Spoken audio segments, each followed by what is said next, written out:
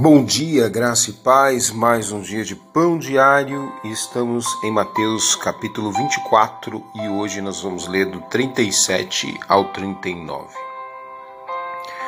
O subtítulo que a King James dá é Só Deus sabe o dia e a hora exata. Tradução King James, versículo 37. Como aconteceu nos dias de Noé, assim também se dará por ocasião da chegada do Filho do Homem. Versículo 38. Porque nos dias que antecederam ao dilúvio, o povo levava a vida comendo, bebendo, casando-se e oferecendo-se em matrimônio, até o dia em que Noé entrou na arca.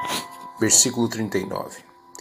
E as pessoas nem notaram que se chegou o dilúvio, levou a todos, assim ocorrerá na vinda do Filho do Homem. Amados, Jesus continua então a falar de forma escatológica os fatos dos princípios de dores, não só os princípios de dores, mas também do fim. E agora ele faz um paralelo. Ele cita o acontecimento descrito no Velho Testamento a respeito de um homem chamado Noé. Vejamos que essa ponte que Jesus Cristo trazendo uma referência de um fato do Antigo Testamento só corrobora que ele é a palavra. Diante disso, no versículo 37, ele diz que assim como aconteceu nos dias de Noé, assim também se dará por ocasião da chegada do Filho do Homem. O que Jesus quer dizer com isso? Assim como Deus havia escolhido Noé para que fizesse uma grande arca, que seria tipo um grande navio, aonde abrigaria ali as espécies da criação que não pudessem viver dentro da água, e que Deus, na verdade, ele iria fazer justiça. A humanidade estava a um ponto tão vulnerável em razão do pecado, sem consciência do que era certo e do que era errado. E estavam buscando plenamente o seu prazer e uma satisfação fora dos padrões divinos, daquilo que Deus havia preparado para todos nós.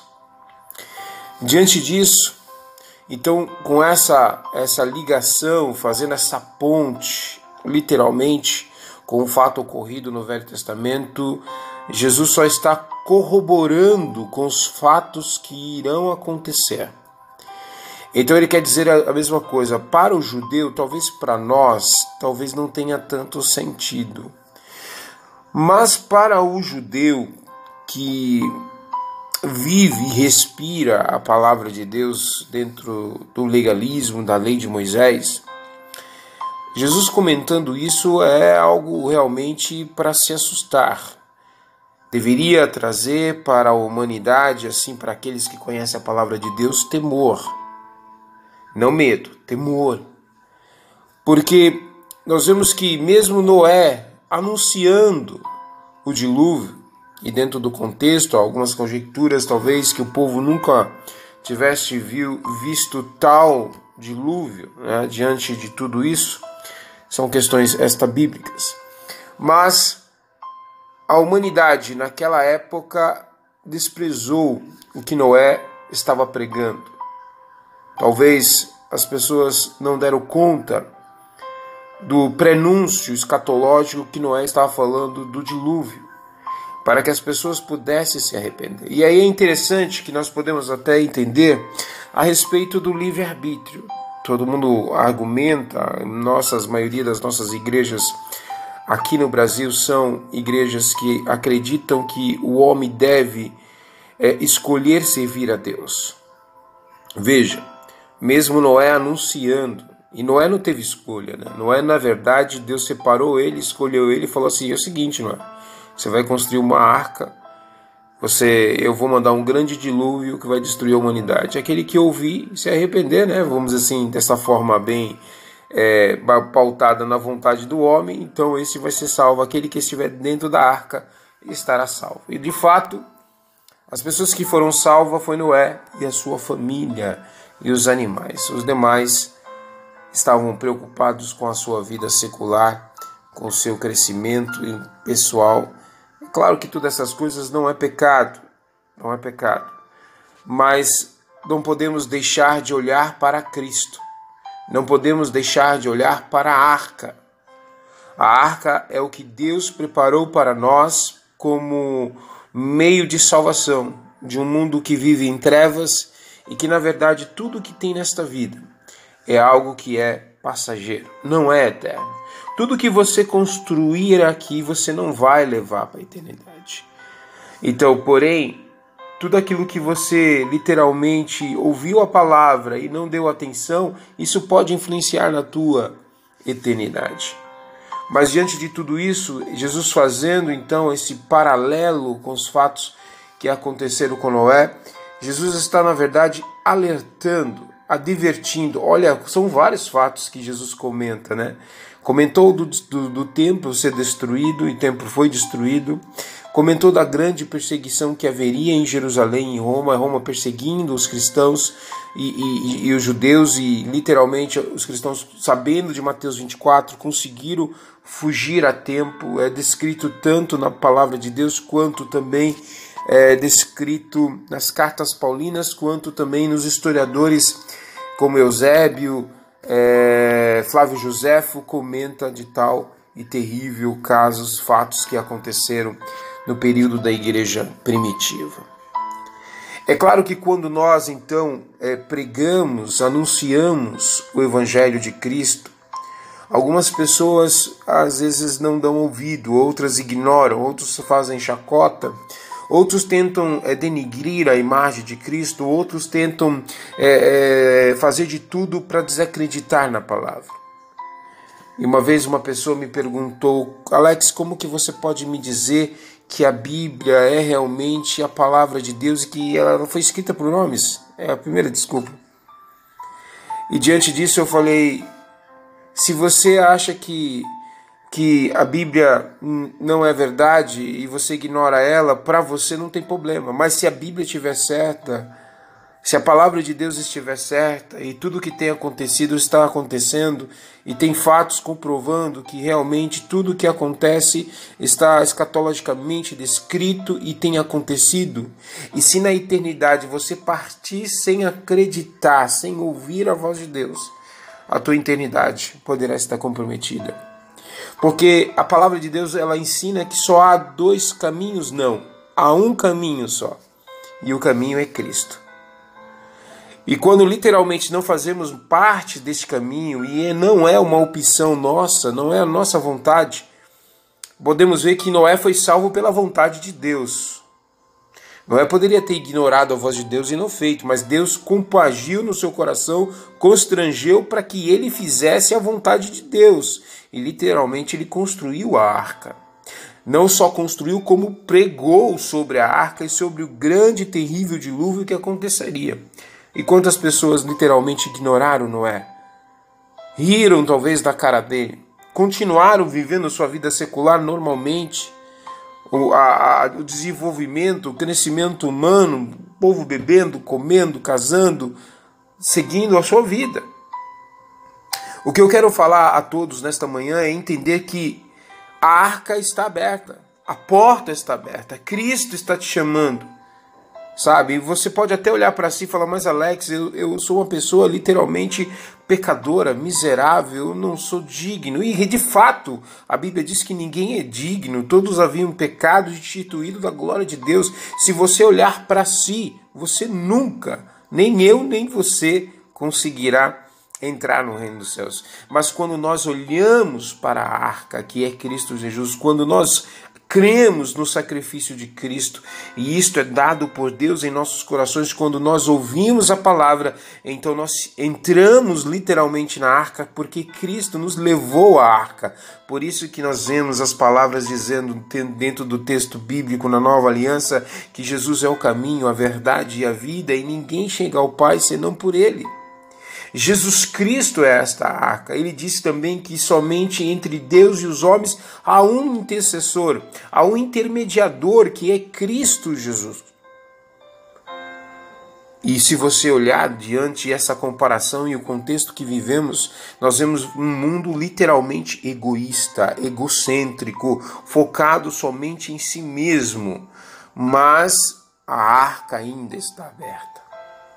Se você tem ouvido a palavra de Deus, se você tem dado ouvido à palavra de Deus, é porque Deus está chamando a tua atenção. Deus está falando para ti que está dando a oportunidade de você entender e compreender e ter um relacionamento íntimo com Ele. É hora de parar e pensar nisto, porque haverá uma grande e terrível destruição quando a ira de Deus se manifestar. A palavra de Deus, ela não quer literalmente colocar medo, pavor nas pessoas, mas quer mostrar que há apenas um caminho, e este caminho é Cristo Jesus. E quando nós falamos de caminho, não estamos falando de uma religião, não estamos falando de uma instituição, de uma seita, de uma denominação específica.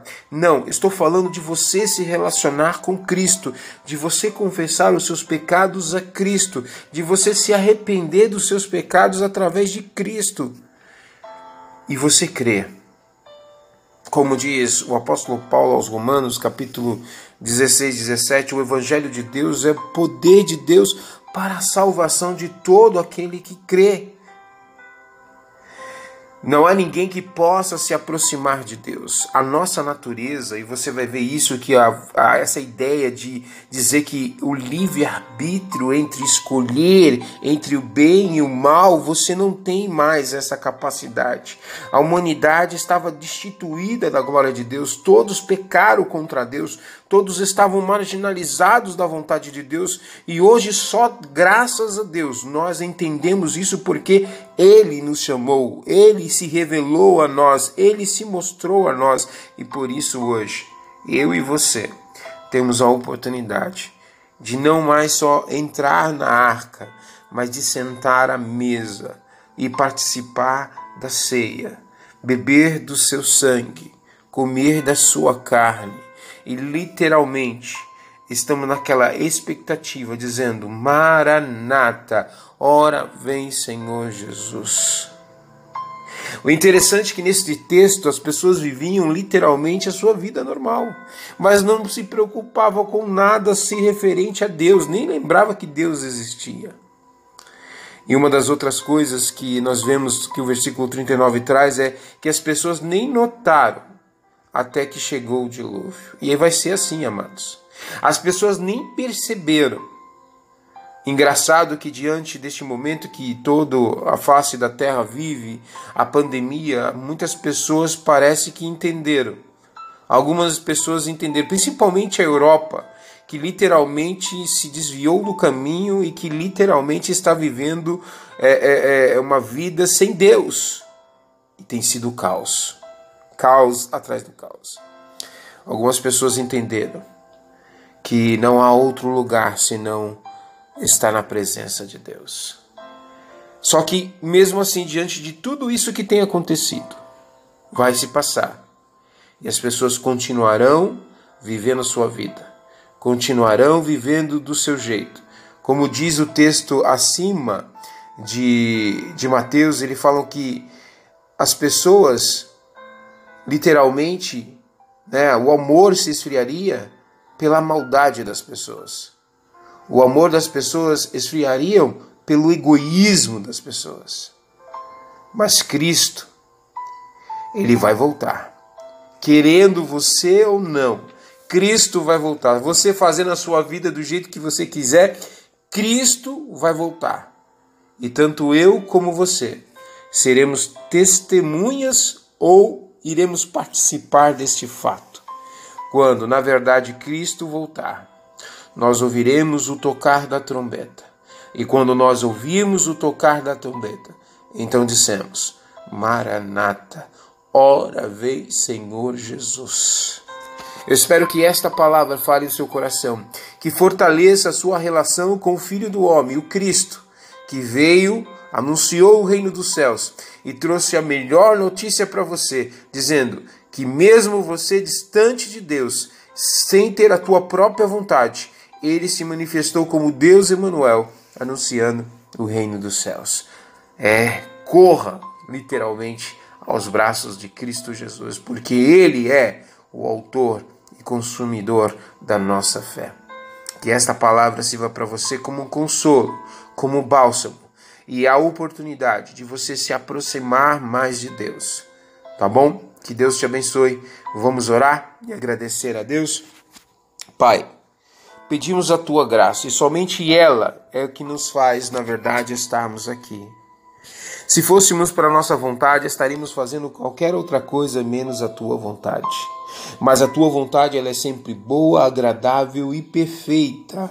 Para isso, o Espírito Santo, como diz Romanos 12, versículo 2, fala que nós não devemos nos conformar com o mundo, ter o modelo, a ideia que o mundo secular seja, na verdade, o nosso norte, mas que antes transformamos a nossa mente naquilo que renova dia a dia, que é a vontade de Deus para nós e que ela é boa, agradável e perfeita. Assim como no dia de Noé, Senhor, ele não pôde optar, ele não pôde escolher, mas o Senhor chamou e mandou ele fazer. Assim Deus, nesta manhã, tem chamado homens e mulheres, crianças e idosos para entrarem na arca que é Cristo Jesus. Que muitos possam entender esta palavra. Apesar dos fatos terríveis que têm acontecido, das vidas que têm sido ceifadas, dos clamores, gemidos de famílias chorando os seus entes queridos que partiram para a eternidade. Senhor, só há uma esperança para nós aqui na terra, é estar em Ti através de Cristo. Por isso, Senhor, pedimos a Tua misericórdia, pedimos a Tua graça, que esta palavra ela alcance os corações como bálsamo, como esperança, como a luz no meio das trevas, e que elas possam entender, mesmo diante dos fatos que já aconteceram e vão acontecer, possamos estar atentos à Tua santa vontade. Por isso, Senhor, que Teu Espírito Santo fale com cada um e que cada um possa se sentir abraçado por Ti através do Teu Espírito Santo. Que os seus pecados possam pesar no seu coração, mas ao mesmo tempo possam ser aliviados pelo Teu amor, pelo sacrifício de Cristo que foi derramado na cruz do Calvário, aonde foi implacado, foi parado a Tua ira e na eternidade. Não, Deus não nos trata mais como pecadores, mas nos trata agora como filhos, filhos co-herdeiros em Cristo Jesus, como diz Romanos capítulo 8. E agora, literalmente, não vivemos mais pautados na carne por este mundo, mas vivemos hoje pela fé em Cristo Jesus. Senhor, eu te peço em nome de Jesus, seja com cada um que tem ouvido esta série de Mateus 24, tem compreendido esta palavra e seja alcançado pela Tua misericórdia. É o que eu te peço, Senhor, em nome do santo nome de Jesus, que venha fazer então transformar as vidas. Em nome de Jesus, venho te conhecer. Por isso nós te agradecemos, em nome de Jesus. Amém. Que o amor de Deus, a graça do nosso Senhor e Salvador Jesus Cristo e as doces consolações do Espírito Santo sejam com todos. E todos digam amém. Que Deus te abençoe, que o Espírito Santo testifique ao teu coração e se sinta amado diante de Cristo. Vamos para a arca. Que Deus te abençoe. Em nome de Jesus. Paz.